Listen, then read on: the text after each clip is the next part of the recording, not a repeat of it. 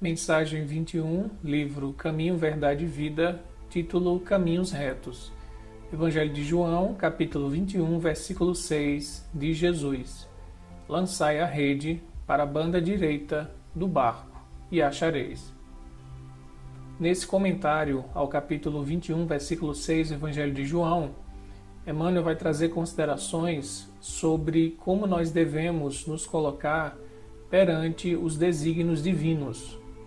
E com a nossa busca desenfreada por prazeres, por posses, por riquezas, pela predominância do ego e da vaidade, acabamos muitas vezes sendo rebeldes e não observando as leis do Criador, e então nos sobrepomos com as nossas paixões e os nossos desejos inferiores em relação ao bem coletivo.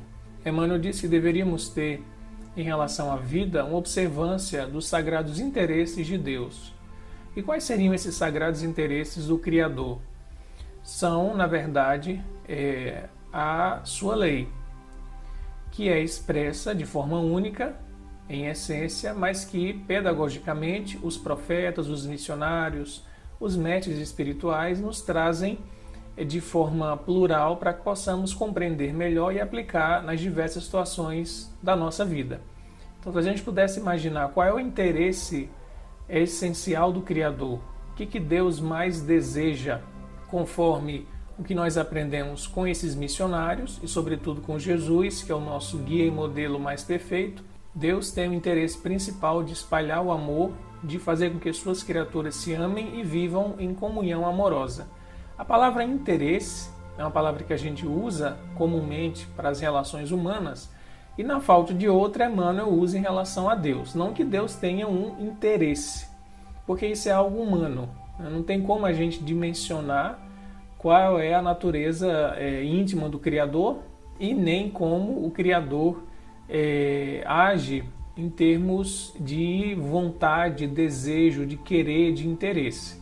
São caminhos humanos para tentar entender o que é absoluto, que é o Criador. Os Espíritos respondem na obra básica do Espiritismo, que é o Livro dos Espíritos, que para que um dia a gente possa, de fato, conhecer a essência de Deus, ter um contato direto com o Criador, precisamos ter pureza total, ser um espírito da categoria mais elevada, e isso está longe ainda da nossa situação.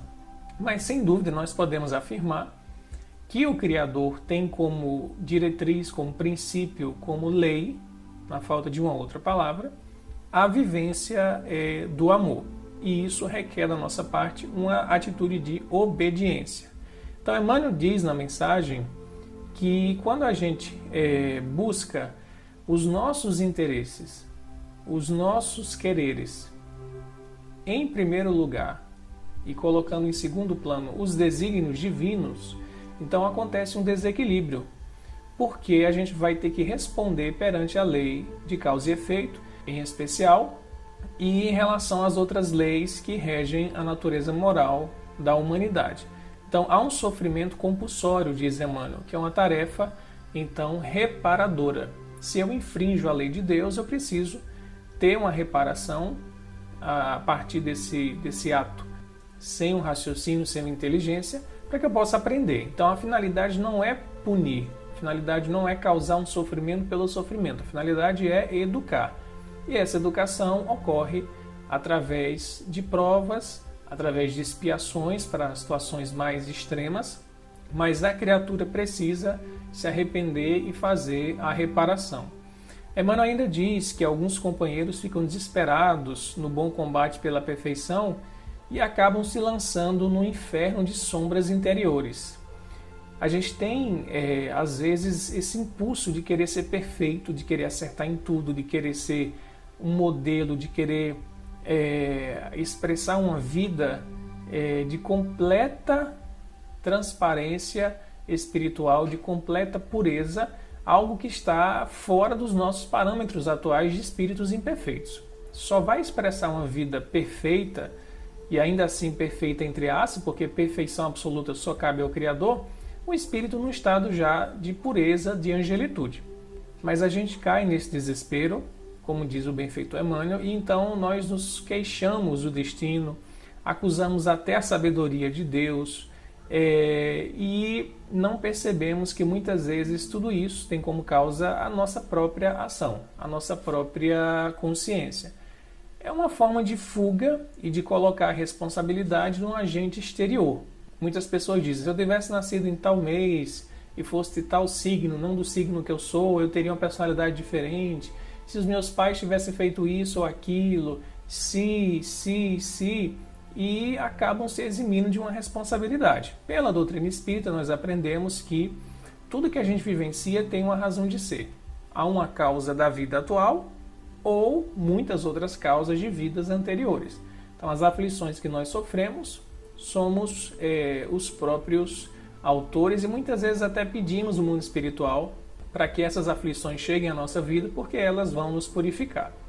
E aí Emmanuel diz o seguinte, para que a gente possa entender essa questão de seguir um caminho reto, no momento em que Jesus dá uma ordem aos seus discípulos, quando eles estavam no mar da Galileia, em busca do sustento material, em busca de colher peixes. Então Jesus diz o quê?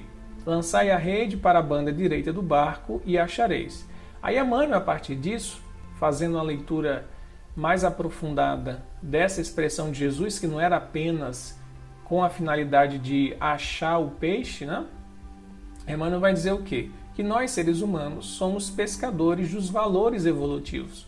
Cada um de nós está na Terra para conseguir amealhar, angariar tesouros espirituais na forma de virtudes, na forma de padrões de consciência e desenvolvimento moral que nos propiciam uma vida mais de acordo com a lei divina. Então é como se cada um de nós, quando encarnasse, viesse com a rede, e quando a gente desencarnar, essa rede vai estar cheia de alguma coisa, ou de virtudes, ou muitas vezes de vícios repetidos e acumulados, né? Ou então vazia, ou pelo menos quase sem conteúdo, se passamos uma vida ociosa, uma vida morna, sem se entregar às paixões, mas também sem buscar a vivência no bem. Então Emmanuel diz o seguinte: em cada novo dia se levanta o homem com a sua rede de interesses. E ele nos lança uma pergunta: estaremos lançando a nossa rede para a banda direita?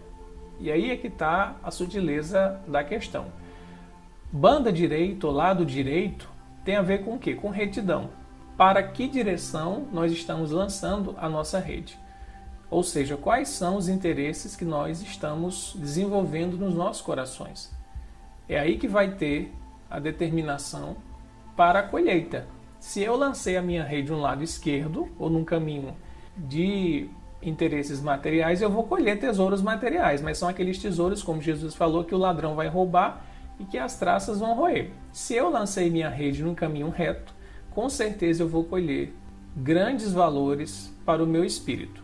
E Emmanuel finaliza o texto sobre essa passagem que João anotou, lançando também uma outra pergunta.